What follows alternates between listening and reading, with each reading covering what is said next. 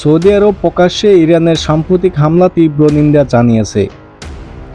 Saudi সরকারের বক্তব্য, ইসরায়েলের এই ধরনের হামলা মধ্যপ্রাচ্যে নতুন করে অশান্তি ও যুদ্ধর ঝুঁকি বাড়িয়ে তুলবে।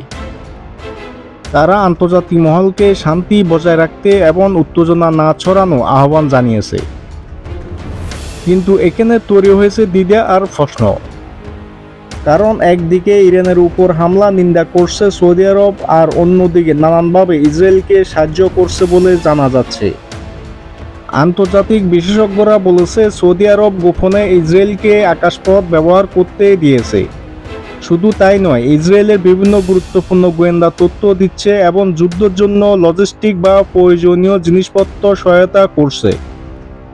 সৌদি আরবের এই ধরনের আচরণ ক্ষুদ্র হয়েছে অনেক দেশ। বিশেষজ্ঞদের মতে, সৌদি আরব চায় না ইরান আরও শক্তি অর্জন করুক। তাই তারা একদিকে শান্তির কথা বললেও অন্যদিকে ইসরায়েলকে সাহায্য করছে যেন ইরান দুর্বল হয়।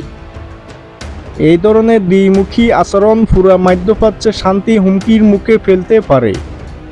কারণ তারা মনে করছে, এভাবে চলতে থাকলে যে কোনো সময় বড় ধরনের যুদ্ধ ছড়িয়ে পড়তে পারে পুরো অঞ্চলে।